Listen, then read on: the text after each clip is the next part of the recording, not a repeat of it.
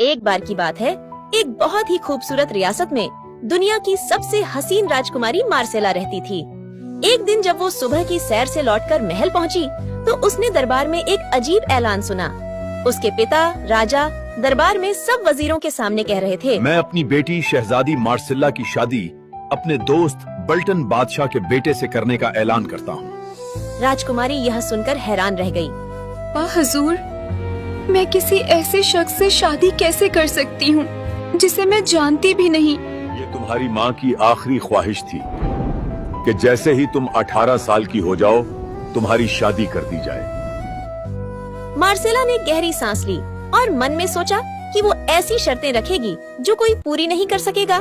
मगर एक शर्त पर, अगर मेरी 4 ख्वाहिशें पूरी की गयी तो मैं शादी करूँगी।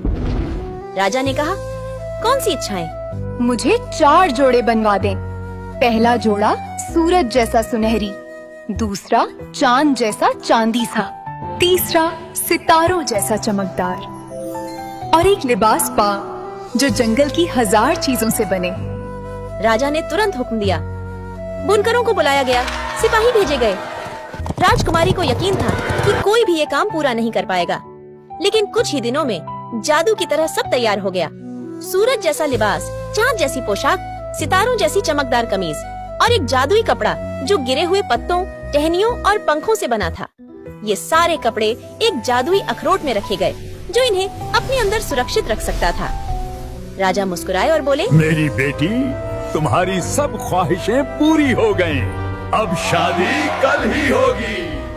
आप ये क्यों नहीं समझते कि मैं किसी ऐसे शख्स से शादी कैसे कर सकती हूँ जिसे मैं जानती भी नहीं। उसी रात राजकुमारी ने फैसला किया, वो महल छोड़ देगी।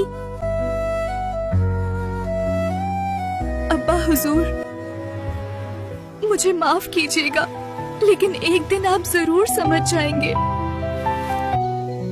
वो जंगलों, घाटियों और गांवों में भटकती रही, जब तक कि एक दिन वो एक खोखले पेड़ के तने में जाकर सो गई। उसी रास्ते से एक दूसरी रियासत का राजकुमार गुजर रहा था। सिपाहियों ने देखा, वहाँ एक अजीब मखलूक सो रही है। इंसानों जैसी लग रही है, लेकिन पत्तों का लिबास पहने हुए है। ठीक है, तुम इसे महल ले आओ। उठो लड़की, कौन हो तुम और यहाँ क्या कर रही हो?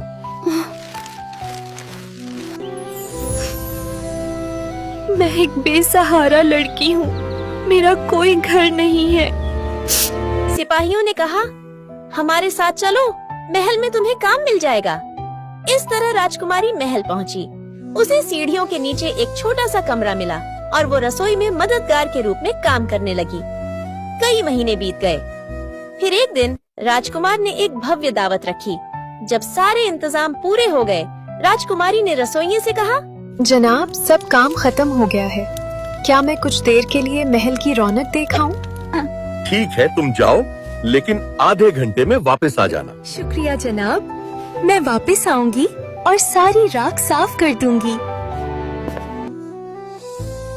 राजकुमारी अपने कमरे में दौड़ी, चेहरा और हाथ धोए और जादुई अखरोट से सुनहरा लिबास निकाला जो सूरज की तरह चमक रहा था। उसने अपने बाल खोले और दावत में चली गई। जैसे ही वो हॉल में दाखिल हुई, पूरा महल उसकी चमक से जगमगा उठा। राजकुमार की निगाहें बस उसी पर टिक गईं। उस रात उसने सिर्फ उसी के साथ नृत्य किया।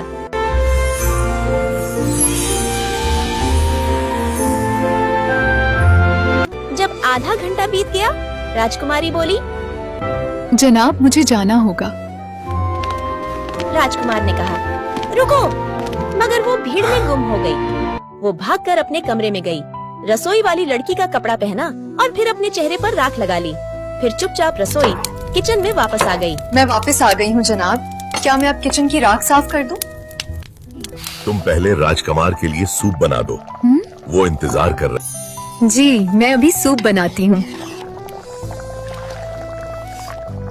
राजकुमारी ने सूप बनाया और उसमें अपनी सोने की अंगूठी डाल दी। फिर सूप ऊपर महल में भेज दिया। राजकुमार ने वो सूप चखा तो हैरान रह गया। ऐसा स्वाद उसने कभी नहीं चखा था।